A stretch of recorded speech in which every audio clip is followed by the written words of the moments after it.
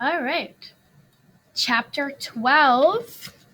If you would like to follow along as I am breaking down chapter 12, you can start on page, here's the beginning here, 63. Okay. So this chapter starts off kind of like a lot of the others, where it levels off. Well, I should go this way. Levels off is going kind of slow. They're moving down the river. They're on a raft now instead of the canoe because they had to get out really fast, and they'd obtained that raft that landed on the shore of Jackson Island. So they're now going down on a raft, and it's nighttime. And Huck is just describing how all these towns that they're going through, it's nighttime, and they see, all the lights maybe off in the distance. And then they'd go by St. Louis, and there's like 20,000 to 30,000 lights, he says. And he's just talking about the beauty of it all, and basically saying he's very at peace and that he feels like he's living really well off. Well, of course, we can't have a chapter just begin and end that way in Huck Finn. It's not going to happen. Something crazy has to go on, or it wouldn't be called The Adventures of Huck Finn. Lots of adventures. Well, off on the shore, they see that a big, ferry boat has wrecked. And Huck's first thought is, oh, we left all of our stuff back on Jackson Island. We need to get some more stuff. Let's go rummage through this and see what we can get. And he kind of talks about how drivers of ferry boats, they call them pilots, how they have a lot of money, and so he could probably scour and find lots of good stuff. And he calls them cigars, and how those will go for 5 cents a pop. And he wants to get some lewd. Well, of course, Jim, being the voice of reason that he is very hesitant. And he said, I don't know if we should be messing around with this wreck.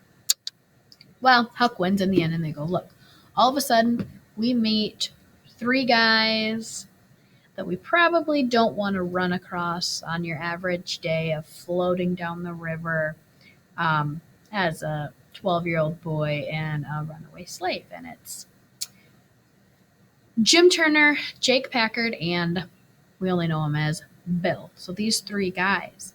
And what Huck and Jim come up across is they hear him talking, and they look in, and they have Jim Turner tied at the wrists, tied at the ankles, laying down, and a pistol to his head. And they're like, you're the worst guy ever, and blah, blah, blah. And they're yelling at him because they had clearly ransacked this ferry. I don't know who was on it beforehand, but he had drawn a gun on them, apparently. You can kind of gather by how they're talking, and said he was going to take both of their shares and then kill them. So they kind of got revenge, and now he's in this position. And he's crying, he's frantic, he's saying, oh, please don't, I won't tell anybody, and blah, blah, blah. And Huck's watching this, and he's watching a potential murder, and he's kind of freaking out. Well, then Jake Packard and Bill decide to have a side conversation. Huck's watching this all. And so he's listening to the side conversation. They're like, what do we do with him? He's tied up. He's not a good guy. We're not going to let him go because he's going to go and he's going to tell the police and all this stuff. And they decide they're just going to let him drown. They're going to leave him there. They're not going to shoot him, but they're just going to leave him there and let him drown. Well, Huck feels kind of bad for this guy.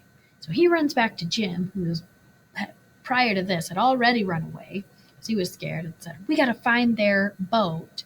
And we got to set it adrift so they can't get away and they can't let this guy drown. And then we're going to tell a sheriff's going to come and find him. Well, they end up needing to find their boat because their raft, while they were looking at the wreck, had went all down the river and they didn't have a way to get out anymore. So now we end the chapter with them desperately needing to find the 2 potential murderers' boat so they could hop on that, steal their boat, and continue down the river and get away. So we'll see how this goes for them in chapter 13.